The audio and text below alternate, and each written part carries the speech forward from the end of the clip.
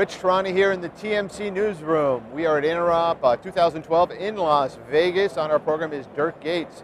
He is the CEO, chairman, and the founder of Xirrus. Dirk, welcome back to the show. Welcome, thanks. So we talked off camera.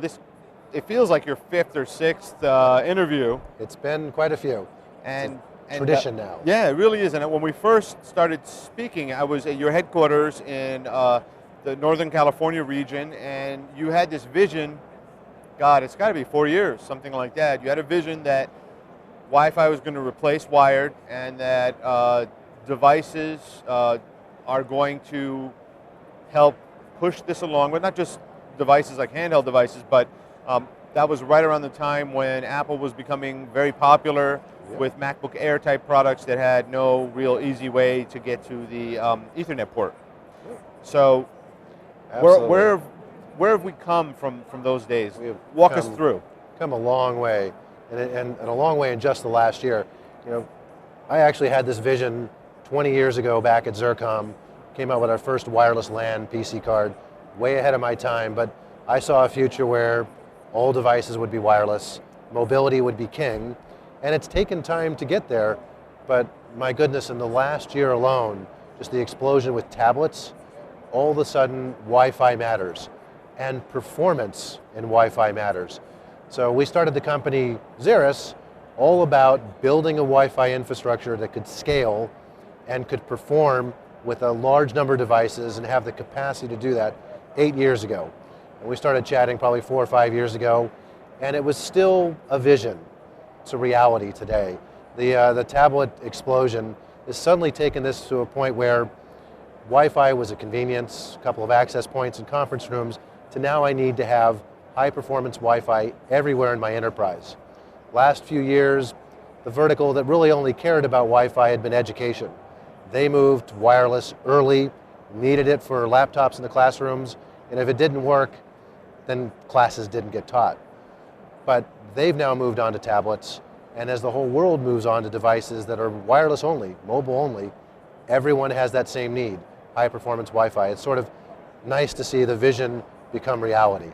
Now I should also mention that we've got some of your access points in our office that you were good enough to send back as when we first met as long-term review units. We moved into a new office, and they've been working out unbelievably well. Even if we have large amounts of guests, we're able to, but you know, our office is really not that demanding. I've seen in our prior conversations that you've been able to provide Wi-Fi to conferences where you've got thousands of people coming in at once. Can you talk a little bit about just the ability for your solutions to scale up to this massive amount of users?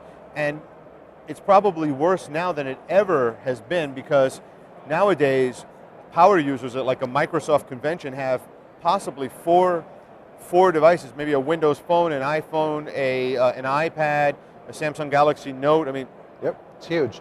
So a laptop. You go take a look at a typical university campus today. The average number of Wi-Fi devices per student is 3 and climbing. Then it's not, you know, just your phone and your tablet and your laptop. The gaming consoles, the TVs, the printers in the dorms.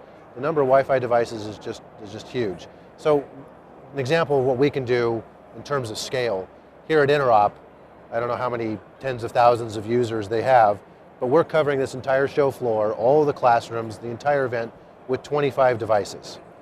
And these are 25 devices that each have 8 modular access points in them, so it's the equivalent of having 200 access points, but you've done that with 25 cable drops.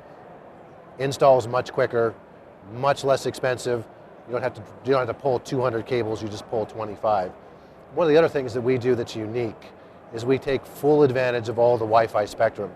You know, most home users are happy with 1 or 2 access points working at the 2.4 gigahertz band, but there are only 3 usable channels, and 2.4 gigahertz really is not an enterprise technology.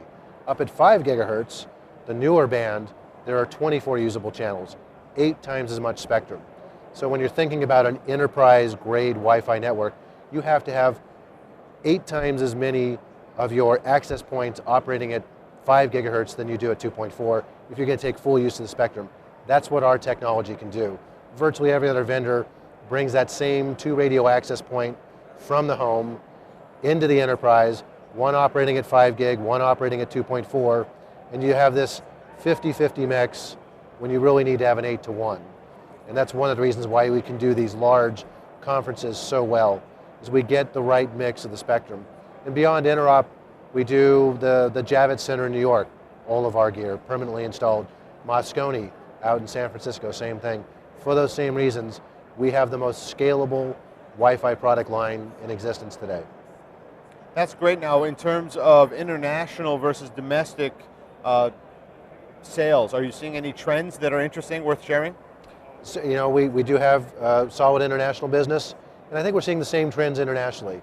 A demand for Wi-Fi, huge demand for mobility, a lot of interest in what you think is your traditional businesses that have need for density and capacity, not only education, stadiums, convention centers, but just broad interest in all enterprise customers as they're seeing a huge demand for tablets, both BYOD plus just tablet deployments being managed by the business themselves. Never mind people bringing their tablets in, we're going to go deploy 5, 10, tens of thousands of tablets in our business.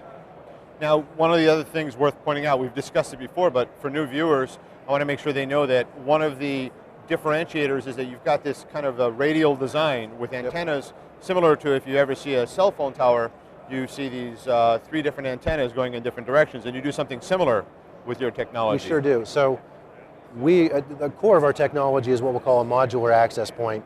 It's actually an internal card with a directional antenna attached to it. And then we have a whole host of different size controllers that they can plug into, from a 2-slot controller all the way up to a 16-slot controller. So you can really think of Xirrus' technology as doing for Wi-Fi what chassis-based switches did for Ethernet. Instead of having just stackables with a certain number of ports, now you could start adding line cards. Same thing here. And the line is scalable. So if I mount a 2-access point modular chassis, I can pull that down and move to 4, 8, or 16. And what we're seeing a lot of lately is people will put in, say, an 8-slot chassis with 4 radios populated, or a 16-slot chassis with 8 radios populated. And then they're planning on coming back in less than a year and adding additional radios with the next generation of Wi-Fi technology. Ah, okay. So today they're 450 megabit 11N radios, and they can come back within a year and put in 1.3 gigabit 11AC radios. So having the extra slots is valuable, just as having empty slots in your chassis-based Ethernet switches in your closet. Do you advise customers do something like that? Is AC going to be worth the wait? Sure, absolutely. And I think that attitude of I have room to grow makes a lot of sense without having to pull things off the ceiling and remount things. And being able to cable once and grow the technology through multiple generations is very attractive. In many cases, you find that the cost of the cabling is as much, if not more, than the cost of the access point. So your traditional 2 radio access point might be anywhere from $500, $600, $700 for an enterprise-grade access point. In many cases, it's just as much to pull the cable. Been out talking to a number of different businesses, and I frequently get numbers back, $600, $700 for a cable run. Put an Ethernet switch port in the closet, terminate a cable run, it's as much as an access point. In our case, you can do that once, and if I have to add more radios, just snap in a larger chassis or snap in more radios to an existing chassis. So what's next? What's next? For us, we're seeing a pretty rapid expansion into verticals and getting interest outside of education. And at the same time, we're starting to partner a lot more for complementary technologies. We're announcing at the show a technology partner ecosystem with a number of other providers of software technologies for things from MDM to monitoring to even specific educational applications to help broaden the appeal of what we have to offer, but doing it through a partner program where we offer the best in breed solutions. So you'll see a lot of that to help us broaden what we're doing. Great, well thanks for being on the program, Dirk. As always, happy to be here. See you in 6.